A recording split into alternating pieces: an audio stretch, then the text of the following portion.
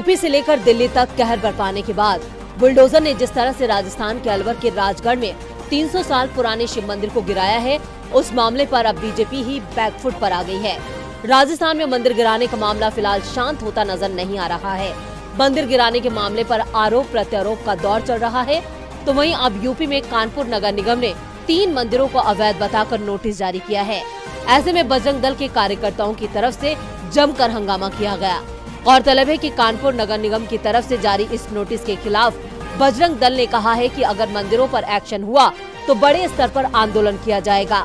आपको बता दें कि कानपुर के कंपनी बाग रोड के हनुमान मंदिर पर नगर निगम का नोटिस लगाया गया है, जिसमें 3 दिन का वक्त देते हुए भगवान हनुमान की मूर्ति को कहीं और स्थापित करने की बात कही है। वहीं पास के ही शिव मंदिर और शनिदेव मंदिरों को लेकर भी नोटिस जारी किया गया है। इस नोटिस के खिलाफ हिंदू संगठनों ने नगर निगम का विरोध करते हुए कहा है कि मंदिर को तोड़ा नहीं जा सकता है, मंदिर अपनी जगह पर ही रहेगा। मंदिर फुटपाथ पर बना है। वहीं विरोध में लोगों ने मंदिर में पूजा अर्चना शुरू कर दी है। वहीं बजरंग दल कार्यकर्ताओं ने विरोध करते हुए कहा कि नगर निगम को इन तीनों मंदिरों को ध्वस्त करने के लिए बुलडोजर को पहले उनकी लाशों से होकर गुजरना पड़ेगा। इलाके में इसको लेकर जोरदार प्रदर्शन हो रहा है। राजस्थान के अलवर में मंदिर पर हुई बुलडोजर की कार्रवाई के बाद इस तरीके का मामला काफी संवेदनशील हो गया है। ऐसे में सवाल है कि क्या योगी सरकार में भी मंदिरों पर कार्रवाई होगी? दरअसल योगी सरकार में अवैध निर्माण और माफियाओं की अवैध संपत्ति पर बुलडोजर चलाने का सिलसिला जारी है और ये सिलसिला मध्य प्रदेश और दिल्ली तक जा पहुंचा। वहीं बुलडोजर योगी सरकार की पहचान बन चुका है। तो क्या अब अपनी बारी पर सीएम योगी अपने कदम पीछे खींच लेंगे या फिर बुलडोजर अपना काम करता रहेगा?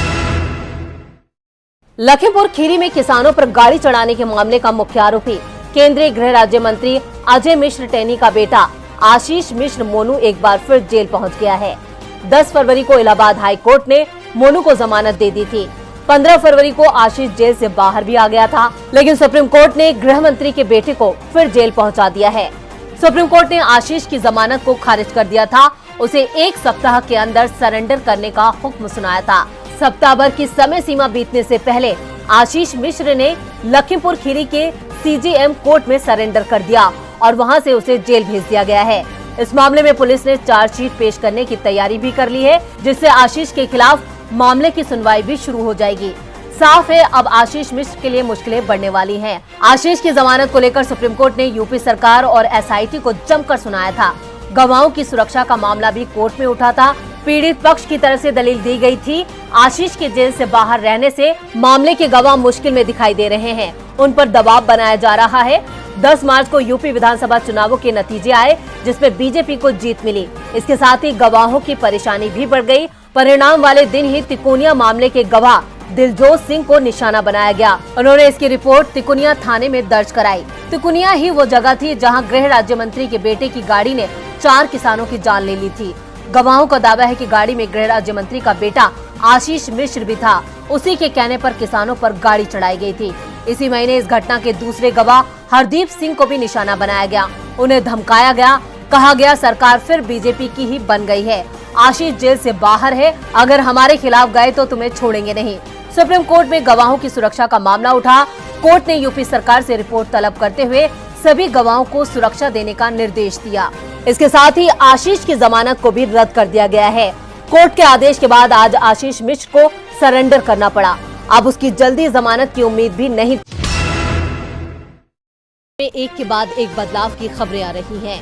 अभी सीबीएसई ने 10वीं से लेकर 12वीं तक के पाठ्यक्रम में बदलाव किया है और अब उच्च शिक्षा के लिए यूजीसी और एआईसीटीई ने एडवाइजरी जारी कर भारतीय छात्रों को सलाह दी है कि वो पाकिस्तान के किसी भी कॉलेज या एजुकेशनल इंस्टीट्यूट में दाखिला नहीं लें।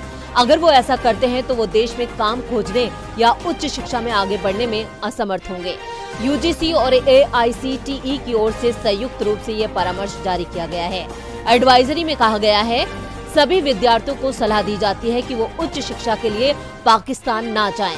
पाकिस्तान के किसी कॉलेज या शिक्षण संस्थान में कोई भी भारतीय नागरिक या भारतीय मूल का विदेशी नागरिक प्रवेश लेना चाहता है तो वह पाकिस्तानी प्रमाण पत्र के आधार पर भारत में नौकरी या उच्च शिक्षा के लिए पात्र नहीं रह जाएगा। हालांकि एडवाइजरी इस बात की अनुमति देती है कि प्रवासी नागरिक और उनके बच्चे जिन्होंने पाकिस्तान में शिक्षा पाई है तथा भारत द्वारा उन्हें नागरिकता मिली हुई है, वो भारत में रोजगार हासिल करने के लिए पात्र होंगे।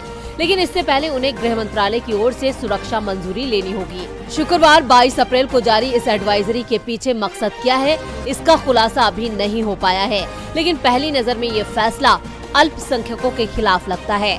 गौरतलब है कि इससे पहले सीबीएसई ने सत्र 2022-23 के लिए जो नया सिलेबस जारी किया है, उसमें 10वीं कक्षा की एनसीईआरटी की किताब से फैज अहमद फैज की 2 नज़मों के अंश को हटा दिया गया है। इसके अलावा कक्षा 10वीं के खाद्य सुरक्षा अध्याय से कृषि पर वैश्वीकरण के प्रभाव के हिस्से को हटाया गया। 11वीं के इतिहास की पुस्तक से इस्लाम की स्थापना, उसके उदय और विस्तार की कहानी को हटाया गया।